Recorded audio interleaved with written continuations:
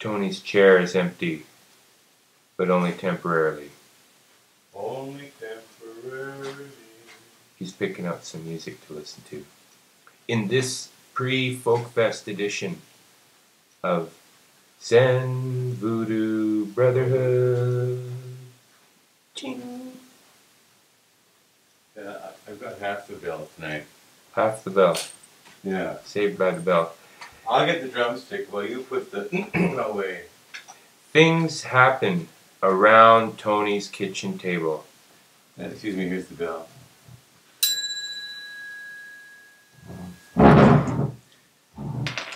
It's a magic place.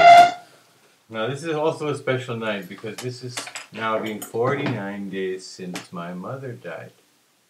Wonderful Gladys died just a month short of her 97th birthday, and you know, I had a cigarette with her 12 hours before she died and gave her a glass of water and said, see you tomorrow.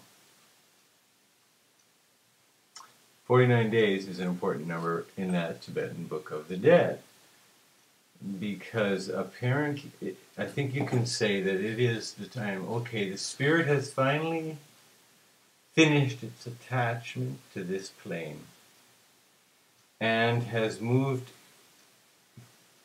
in some kind of committed way towards its next reincarnation. Or, if the spirit was successful, they are now liberated completely from having to reincarnate. They are Buddha. I think my mother is a Buddha. So, therefore we have tea, which is fresh mint tea from the garden. And here we are in July already, and we're still having sauna. That's why you always see us with hair wet. Because the sauna is just, there happens to be one down in the basement of this mysterious house. And it's so damn good for your health.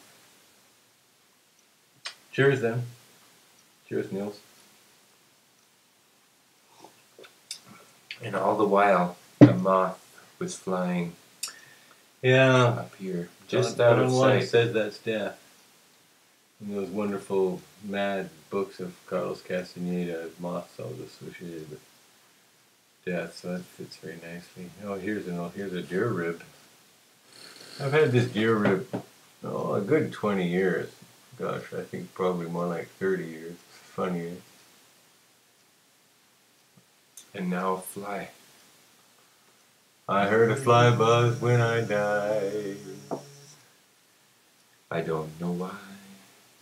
He used to cry. I swallowed a fly. Perhaps she'll die. I know an old lady who swallowed a spider that wriggled and jiggled and tickled inside her.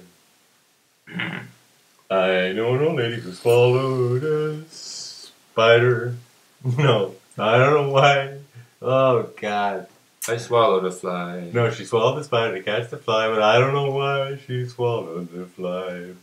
Perhaps she'll die one day. So when next we convene the Zen Voodoo Brotherhood, Tony will have been at the Vancouver Folk Music Festival. That's right. This is like a before and after shot, folks. Here I am, young, barely out of my teens. The calm before the storm. Yeah.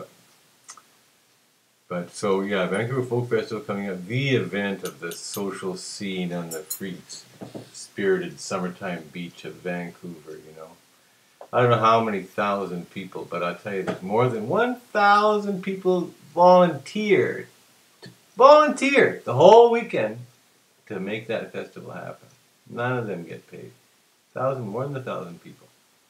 And if they didn't do it, it would never happen. Because they get groups from all over the world.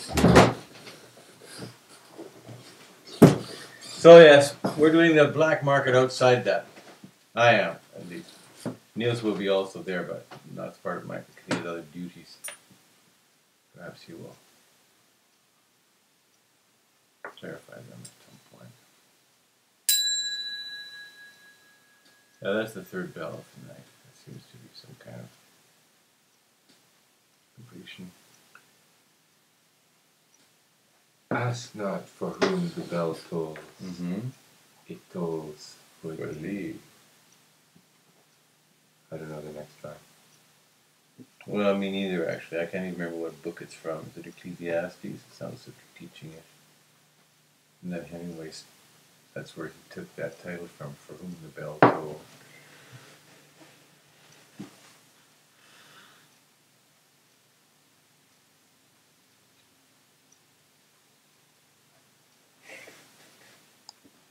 I wonder if we could even capture this fly that's buzzing around here.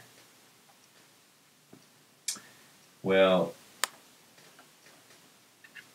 Apparently not. yeah, I think we're on pretty low resolution, because it is kind of very contrasty and dark here. But yeah, change one light up there.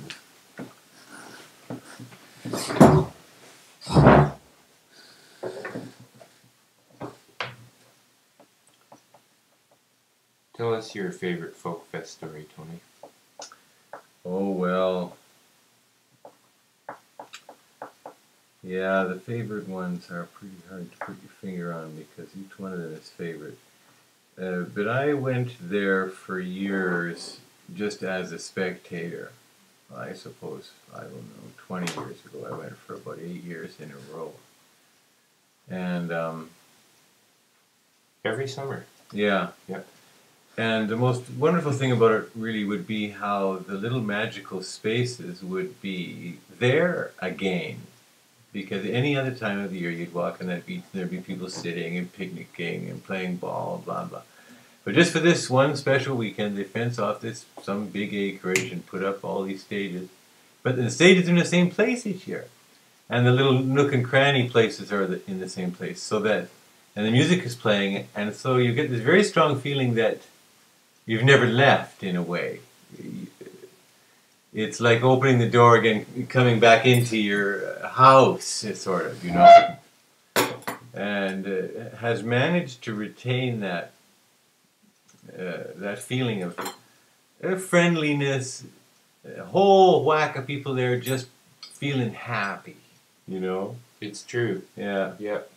I mean, there is security there technically, but it hardly makes a presence the way you experience it at some other festivals, you know? Yeah, you don't have bunches of drunks leaning around and picking fights with each other, for one thing, and, you know what I mean? Mm-hmm.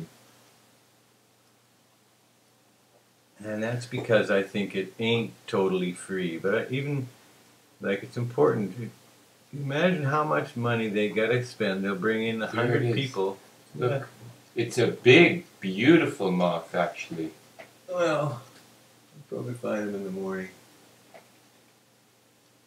Well, we should turn those lights out because he's going to fry on a light there in a sec, I think.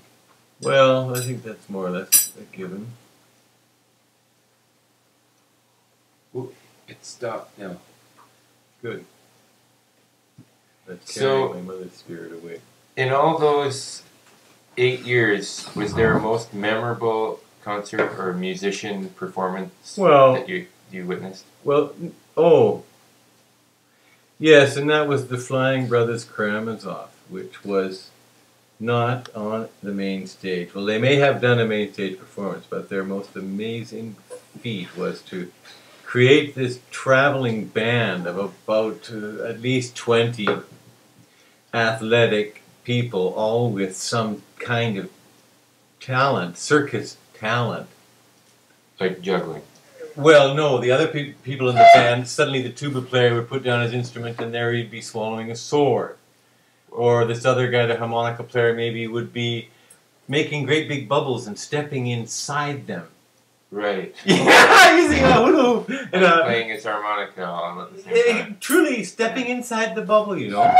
And then, of course, the juggling. The most amazing juggling you're ever going to see for impeccable showmanship, you know. And they'd make it happen like just a wandering fair.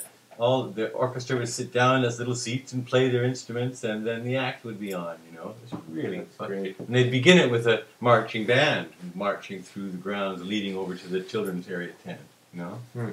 They did it 2 years in a row. And then, I mean, I saw them on YouTube, so they seem to have reformed, but a couple of different folks. But still, their stage presence is just so wonderful. They deserve a bell of their own. Here's to the brothers Karamazov. See you at the Folk Fest. See you at the Folk Fest. The Vancouver Folk Music Festival. Vancouver International Folk Music Festival. I think I just said festival. I meant to say festival. And it's happening on Jericho Beach. That's...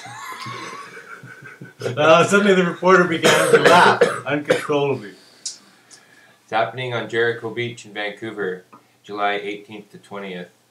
Headliners include Amy Mann, Ozo Motley, Michael Franti and Spearhead, Etran Finatois, and the master musicians of Jajuka, to name but a few. We'll see you there. And come see Tony in the outside Gypsy Free For All Magic Market. Oh, the Magic Market. He's at the end of the line. Right. Where the outside the gate, where the poor folk congregate. This week only, every sarong, $5. Yeah, you got it. Tony's Mad Sarong Sale. See you there. Oh, sorry, I forgot.